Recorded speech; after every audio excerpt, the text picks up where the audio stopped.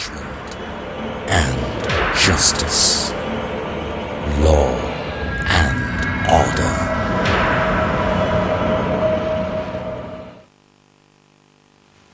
প্রিয় দর্শক, আপনাদের সকলকে সাদর আমন্ত্রণ জানাচ্ছি এটিএন বাংলার নিয়মিত আয়োজন আইন বিষয়ক অনুষ্ঠান ল অ্যান্ড অর্ডারে।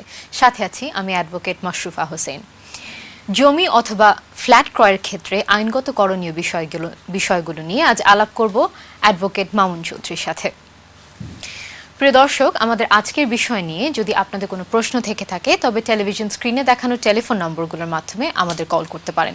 তবে যথাসময়ের মতো এবারও অনুরোধ করব যে বিষয় সংক্রান্ত প্রশ্নই আপনারা করে থাকবেন এবং প্রশ্ন করবার সময় আপনাদের টেলিভিশনের ভলিউমটি কমিয়ে রাখবেন। আপনাকে অনেক ধন্যবাদ আমাদের স্টুডিওতে আসার জন্য।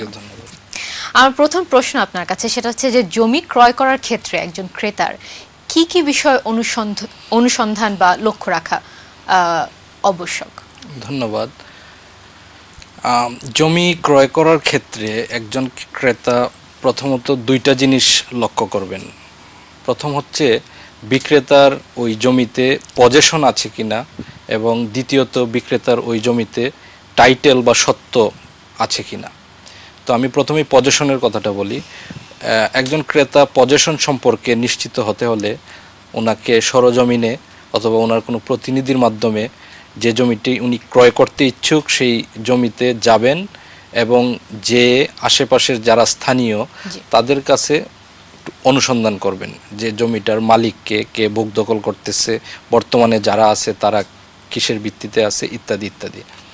তো স্থানীয়ভাবে অনুসন্ধান করলে অনেক সময় সত্যের ব্যাপারেও একটা প্রাইমা ফেসি ধারণা পাওয়া যায় এবং দখলের ব্যাপারেও একটা প্রাইমা ফেসি ধারণা পাওয়া যায়। তারপর হচ্ছে বিক্রেতার সত্ত্ব, জমিতে বিক্রিত জমিতে বিক্রেতার সত্ত্ব বা টাইটেল আছে কিনা সেটা নিশ্চিত হতে হবে। তো টাইটেল নিশ্চিত হওয়ার জন্য কিছু পদ্ধতি আছে, যেমন বিক্রেতা যে জমিটি বিক্রি করতে ইচ্ছুক সেই জমির যে ক্রয় দলিল, উনি যে দলিলে জমিটি ক্রয় করেছেন এবং ওনার পূর্ববর্তী মালিকগণ কিসের ভিত্তিতে, কোন কোন দলিলের ভিত্তিতে জমিটির মালিক হয়েছেন সেই সব দলিলের কপি সংগ্রহ করতে হবে।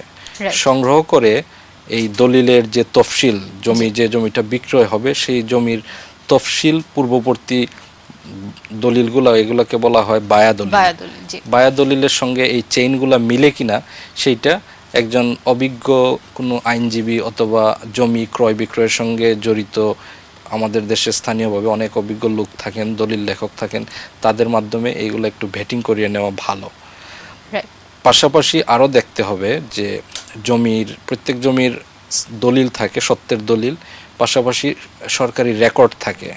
তো স্থানীয়ভাবে বিভিন্ন নামে পরিচিত এই রেকর্ডগুলা আমাদের দেশে বিভিন্ন সময় বিভিন্নভাবে রেকর্ড হয়েছে। সিএস জরিপ, এসএ জরিপ, আরএস রেকর্ড, বর্তমানে এমএস রেকর্ড, অনেক জায়গায় এটা আবার আরএস হিসাবে পরিচিত।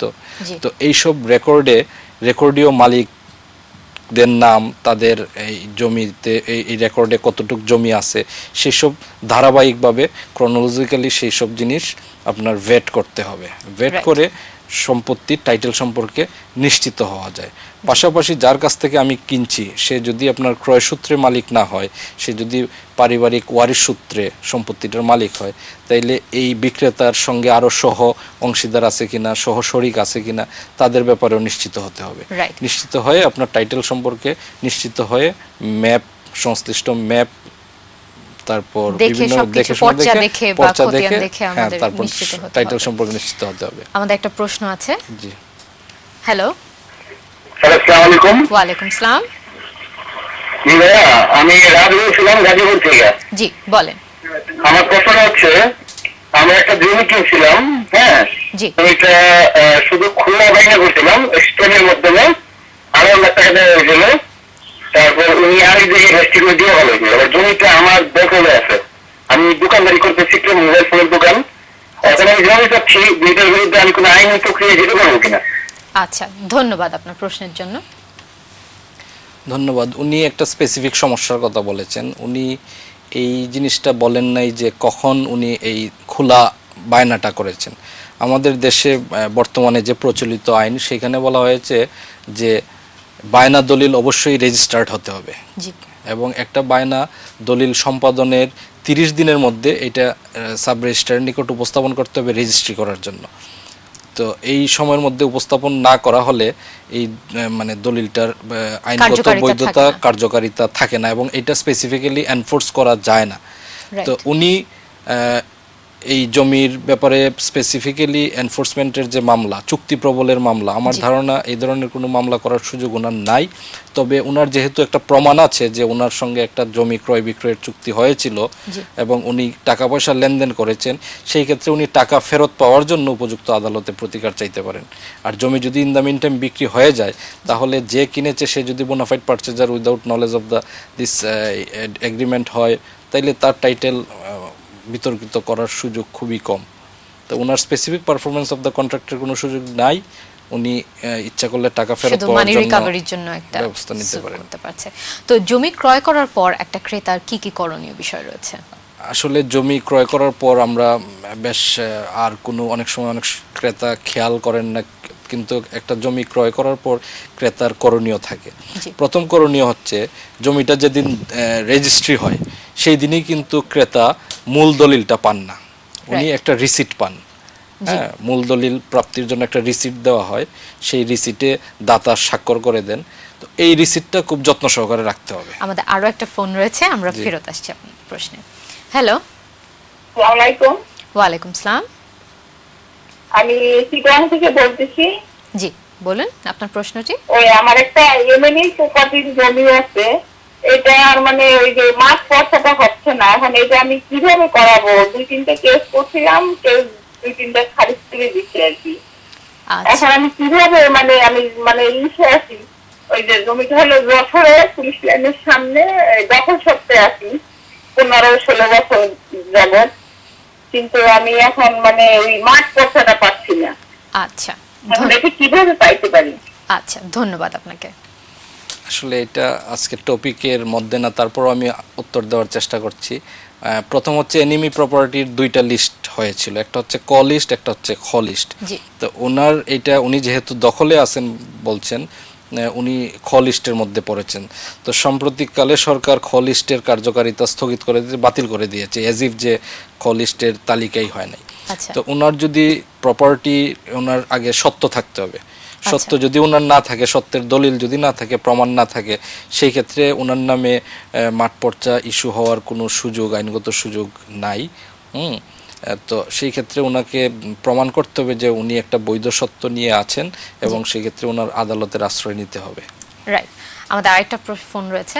হ্যালো, জি আসসালামু আলাইকুম। জি আসসালামু আলাইকুম। আমি ঢাকা থেকে বলছি। জি,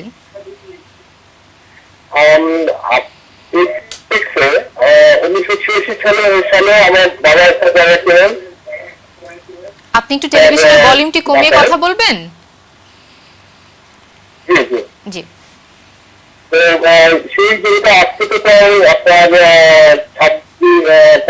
28-29 বছর হয়ে গেছে। তো এই বছরে কোন এক সময়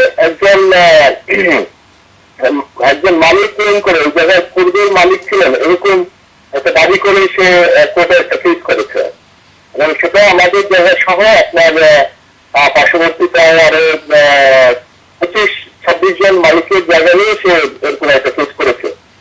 এখন আমরা যখন জায়গা কিনি তখন এই ধরনের কোনো বিষয়ে আমরা জানতে পারিনি, বা আমরা তখন জেনেছি যে এই সম্পর্কে এই জায়গার উপরে কারো কোনো দাবি নেই। এখন হঠাৎ করে একটা 29 বছর পরে এই ধরনের একটা দাবি এসেছে, কেস করেছে। এখন আমাদের করণীয় কি? আচ্ছা, ধন্যবাদ আপনাকে। আসলে যে কেউ যে কোনো বিষয় নিয়ে আদালতের আশ্রয় নিতে পারেন এবং উনি আদালতের আশ্রয় নেওয়ার পর আদালত এই ব্যাপারে সিদ্ধান্ত দিবেন।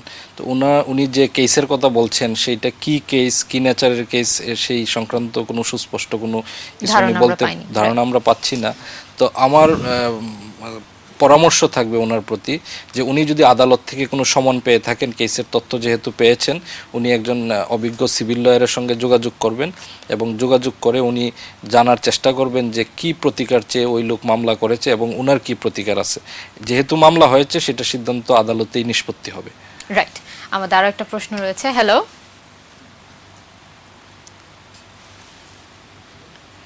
হ্যালো হ্যালো হ্যালো, আসসালামু আলাইকুম। ওয়ালাইকুম আসসালাম। জি, আমার একটা প্রশ্ন ছিল।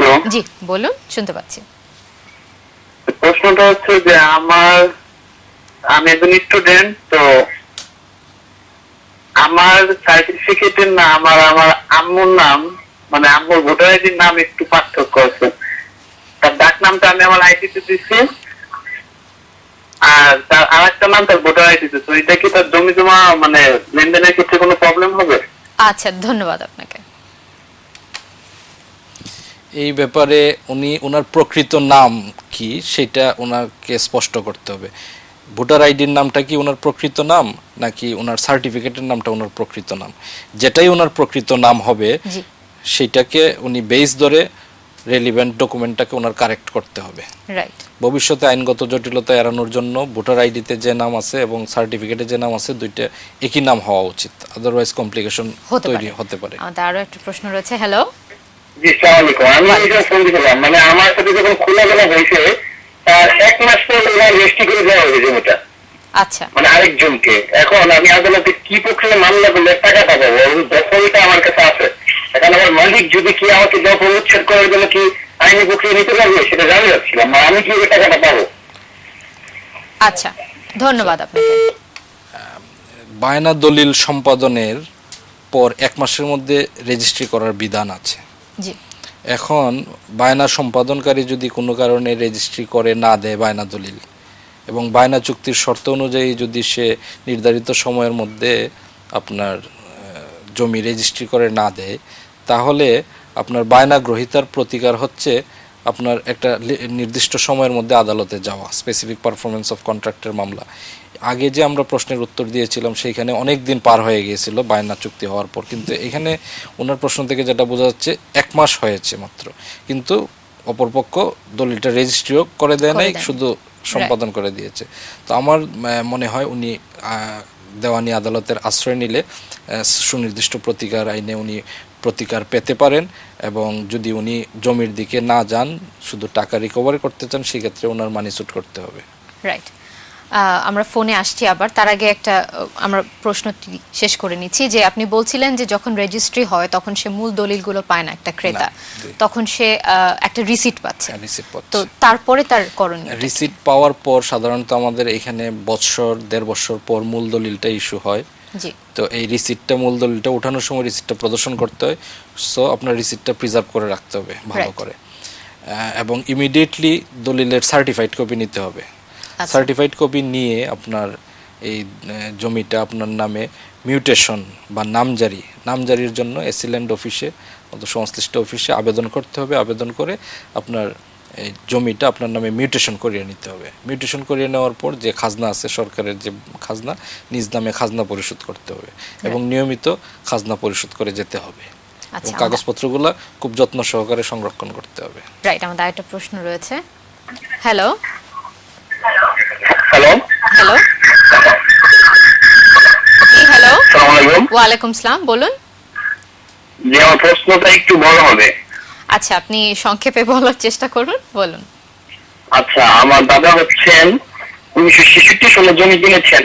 আচ্ছা। এসএ এবং সিএস মূলে। আচ্ছা। মালিকের কাছ থেকে। তো 2 বছর পর এরপরে আরএস রেকর্ড হয়েছে, কিন্তু আমার দাদা তার নামে রেকর্ড করাতে পারেনি। আচ্ছা। কিন্তু এটা আজকে যে বর্তমানে অবস্থা, এটা অন্য একটা ইন্ডাস্ট্রিয়াল মালিকের কাছে চলে গেছেন এবং বাউন্ডারির ভিতরে পড়ে গেছেন। আচ্ছা। তো এই জমিটা কি আমার দাদা হয়ে আমার দাদা যে ছেলে মেয়ে আছে তারা কিটা পাবে, বা পাওয়ার জন্য উদ্ধার করতে পারবে কিনা, প্রসেসিং বা প্রসিডিউরটা কি হবে, আর সেটা কতদিন লাগতে পারে? আচ্ছা, ধন্যবাদ। আসলে সময়ের ব্যাপারটা দর্শক যে প্রশ্ন করলেন, একটা দেওয়ানি মামলার সময়, এটা সুনির্দিষ্টভাবে বলা সম্ভব না, কারণ প্রত্যেকটা মামলার ফ্যাক্ট ভিন্ন এবং এখানে বিভিন্ন ধরনের ইস্যু আসতে পারে। সো সময়টা নির্দিষ্ট করে বলা সম্ভব না। আর উনি যেটা বললেন, ওনার দাদা ক্রয় করেছিলেন সিএস এবং এসএতে রেকর্ড মিলে, পরবর্তীতে আরএস রেকর্ড সম্ভবত ওনাদের নামে হয়নি। তো আরএস রেকর্ড না হওয়ার কারণে, আরএস রেকর্ডে যদি ভুল থাকে এবং সেটা ওনার নলেজে আসার পর একটা নির্দিষ্ট সময়ের মধ্যে রেকর্ড সংশোধনের মামলা করতে হয়। এখন ওনার প্রশ্নে বোঝা যাচ্ছে এই জমিটা ওনাদের পজেশনেও নাই। সেই ক্ষেত্রে যে লোকের পজেশন আছে, যে লোক টাইটেল ক্লেম করতেছে, তার টাইটেলটা কেন ডিফেক্টিভ এবং এই দর্শকের টাইটেলটা কেন অ্যাবসলিউট এবং রাইট, সেটা এস্টাবলিশ করার জন্য ওনার আদালতে যেতে হবে। আদালতে যে সত্য ঘোষণার মামলা করতে হবে অথবা রেকর্ড কারেকশন প্লাস সত্য ঘোষণার মামলা ওনাকে করতে হবে। আমাদের আরো একটা প্রশ্ন রয়েছে। হ্যালো, আসসালামু আলাইকুম। ওয়া আলাইকুম আসসালাম। আমার একটা প্রশ্ন ছিল। জি বলুন। আমি আমার একটা 33% জমি, আমার 6 জন ক্রেতা। আচ্ছা, 6 জন ক্রেতা কেনার পরে আমরা মিউটেশনে আমার আগে করাতে সিটিজের জমি কম হওয়ার কারণে আমি মিউটেশন করতে পারতেছি না। সেজন্য এসিডেন্টে সেই মতো কেস করেছিলাম। এটা কতদিন লাগতে পারে এটার সমস্যার সমাধান হতে? আচ্ছা, ধন্যবাদ আপনাকে। আমরা আরেকটা প্রশ্ন নিয়ে নিই, একবারে আনসারটা দিচ্ছি। হ্যালো, আসসালামু আলাইকুম। ওয়া আলাইকুম আসসালাম। আচ্ছা, আমি একটু প্রশ্ন করতে যাচ্ছিলাম। আমি ওই আপনার উত্তরা ফ্ল্যাট প্রজেক্টে আমি একটা ফ্ল্যাট পেয়েছিলাম। আচ্ছা, আপনার টেলিভিশনের সাউন্ডটি একটু কমিয়ে কথা বলবেন প্লিজ। হ্যাঁ, অলমোস্ট এটা 2 বছর হয়ে গিয়েছে। আচ্ছা, আমাদের কাছ থেকে প্রথম কিস্তি টাকা নিয়েছে এবং ওটা যে একটা বুকিং মানি সেটা নিয়েছে। টোটাল প্রায় 10 লাখ টাকা মতো নিয়েছে। কিন্তু ওদের চুক্তি অনুযায়ী যাদেরকে রাজু কন্ট্রাক্ট দিয়েছে তাদের চুক্তি অনুযায়ী তারা মানে 4 বছরের মধ্যে ফ্ল্যাটটা হস্তান্তর করার কথা। কিন্তু এখন পর্যন্ত আমরা তো এটার ব্যাপারে কোনো কিছু জানতেছিও না এবং সরজমিনে যেটা দেখা গেছে ওদের ফ্ল্যাট প্রজেক্টের মাত্র মানে 5% হয়নি। আচ্ছা, সেক্ষেত্রে আমরা যদি টাকা উঠাই নিয়ে যাই 5% ওরা কেটে রাখতেছে। আচ্ছা, অথচ আমরা কিন্তু 2 বছর যাবত 10 লাখ টাকা তাদের কাছে ফেলে রাখছি। আচ্ছা, সেই হিসেবে তো আমরা ওগুলোটা আরো কিছু পাওয়ার কথা। আচ্ছা, কিন্তু আমাদের কাছ থেকে তারা মানে কেটে রাখতেছে 5%। যদি তারা টাকাটা উঠাই নিতে যায় 2 বছরের মধ্যে তাদের চুক্তি অনুযায়ী তাদের তো দিচ্ছেই না। আচ্ছা, আমি বুঝতে পেরেছি আপনার কথা। ফাইল আরো টাকাটা কেটে রাখতেছে। আচ্ছা, তা আপনি জানতে চাচ্ছেন এটা কি যদি অনিয়ম করে আমরা এই প্রতিকার কিভাবে পাবো? আচ্ছা, ধন্যবাদ আপনাকে। প্রথম প্রশ্নটাতে যদি আসি, প্রথম প্রশ্নটা দর্শক যেটা প্রশ্ন করেছেন সেখানে পূর্ববর্তী যে রেকর্ড ছিল সেখানে জমির পরিমাণ ছিল বেশি, 33 ডেসিমেল উনি বলছেন। কিন্তু পরবর্তীতে যখন রেকর্ড হয় সেখানে জমির পরিমাণ কমে যায়। তো রেকর্ডটা চূড়ান্ত হয়েছে কিনা সেটা প্রশ্নকর্তার প্রশ্ন থেকে বোঝা যায় নাই। যদি রেকর্ডটা চূড়ান্ত হয়ে যায়, গেজেট নোটিফিকেশন হয়ে যায়, তাহলে এই রেকর্ড সংশোধনের জন্য ওনার দেওয়ানি আদালতে মামলা করতে হবে। ফিজিক্যালি যদি ওনার জায়গা প্রকৃতই বেশি থাকে তাহলে উনি দেওয়ানি আদালতে রেকর্ড সংশোধনের মামলা করতে হবে, করে রেকর্ডটা সংশোধন করতে হবে, দেন উনি ওইটা মিউটেশনের ব্যাপারে উনি ব্যবস্থা নিতে পারেন। আদারওয়াইজ রেকর্ডে এইটাই থেকে যাবে। রাইট। আর দ্বিতীয় প্রশ্নকর্তা যে প্রশ্নটি করলেন এটা আসলে রিয়েল এস্টেট ল বর্তমানে এটা আসলে আমাদের টপিকের সঙ্গে যায় না। তারপরও এটা ওনার চুক্তিতে যে ধরনের টার্মস কন্ডিশন আছে সেই অনুযায়ী ওনাকে যেতে হবে। সরকার রিয়েল এস্টেট আইনে সরকারকে এক ধরনের এক্সাম্পশন দেওয়া হয়েছে। তো রিয়েল এস্টেট আইনের অধীনে উনি সুনির্দিষ্ট প্রতিকার পাবেন না হয়তো। রাইট। তো একটা নাবালক কি দলিল সম্পাদন করতে পারে এবং নাবালকের পক্ষে দলিল সম্পাদনের প্রক্রিয়াটা আসলে কি? নাবালক দলিল সম্পাদন করতে পারে না প্রথমত, কিন্তু নাবালকের পক্ষে তার লিগ্যাল গার্জিয়ান দলিল সম্পাদন করতে পারে। লিগ্যাল গার্জিয়ান আদালতের পারমিশন সাপেক্ষে দলিল সম্পাদন করতে পারেন। সেই ক্ষেত্রে নাবালকের কোনো সম্পত্তি ট্রান্সফার করতে গেলে আপনার আদালতের অ্যাপ্লিকেশন করে সেখান থেকে পারমিশন নিয়ে দেন ট্রান্সফার করতে হবে। রাইট। আমাদের আরো একটা ফোন রয়েছে। হ্যালো, আসসালামু আলাইকুম। ওয়া আলাইকুম আসসালাম। আমি কথা বলবো একটু লোন সম্বন্ধে। আপনার টেলিভিশনের ভলিউমটা একটু কমিয়ে কথা বলবেন? আচ্ছা, আমাদের লোনের সমস্যা আছে ব্যাংকে, চারা ব্যাংকে। জি, ওরা যেন একটু ভাইয়ের সাথে একটু কথা বলা দিন।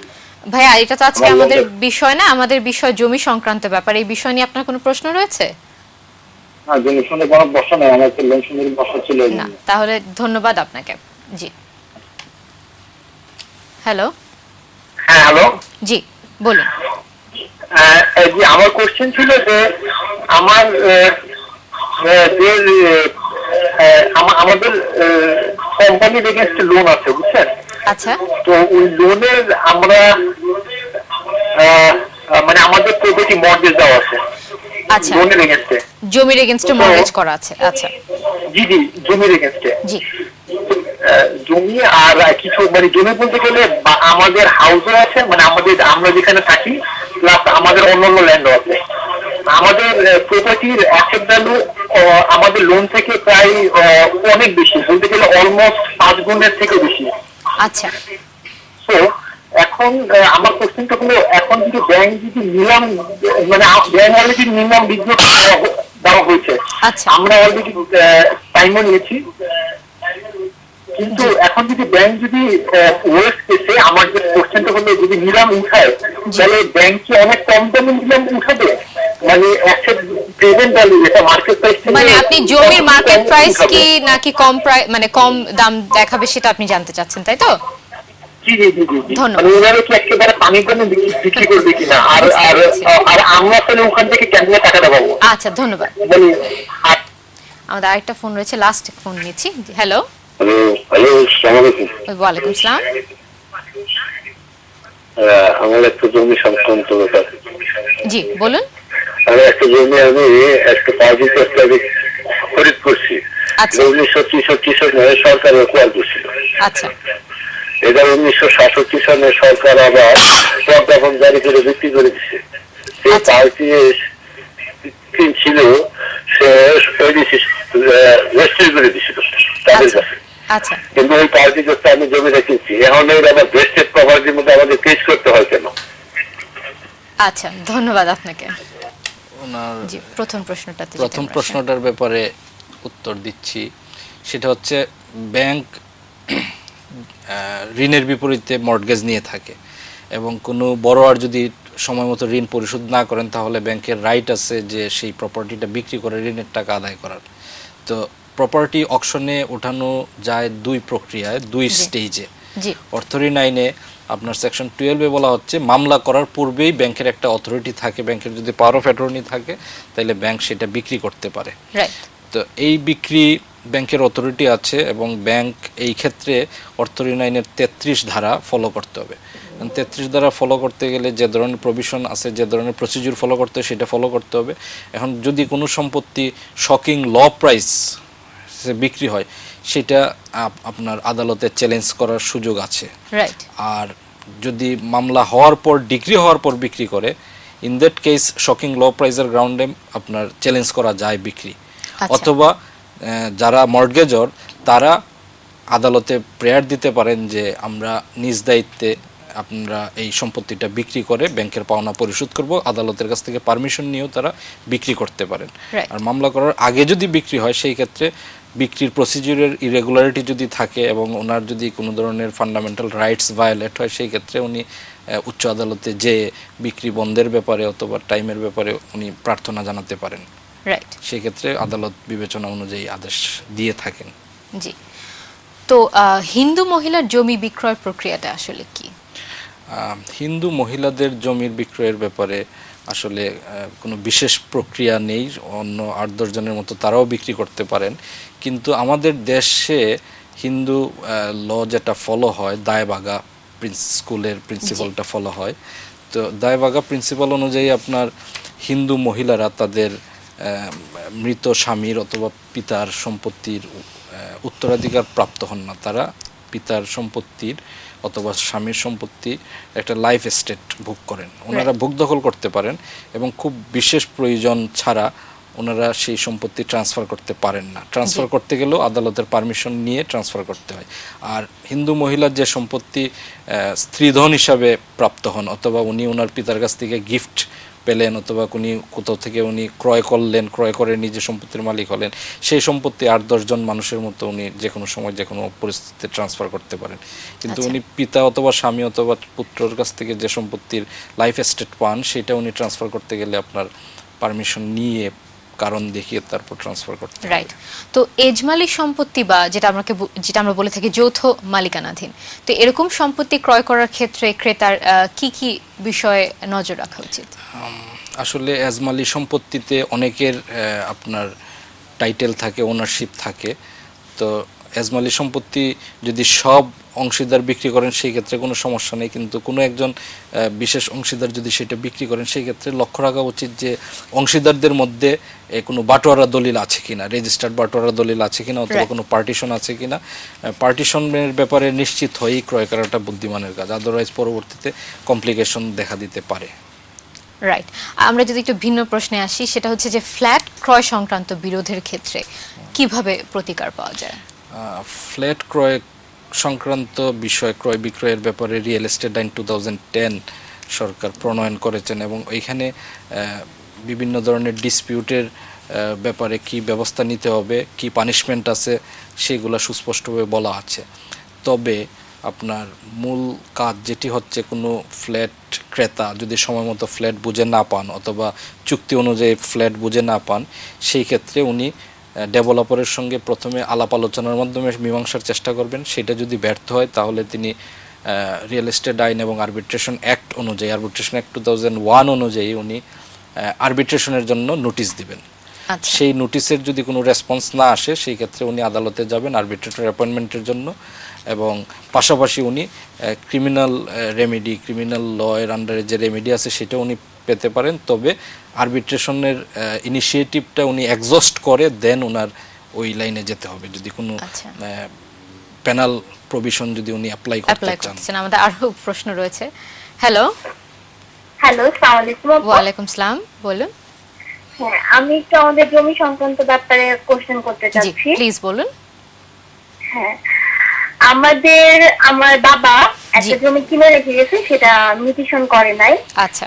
এখন সে কোনো বারিশ, মানে আমাদের ছাড়া কোনো বারিশ রেখে যায় নাই, তো সে কোনো বিলও করে যায় না। এখন ওইটা আমরা মিউটেশন করব, এর জন্য কি করতে হবে?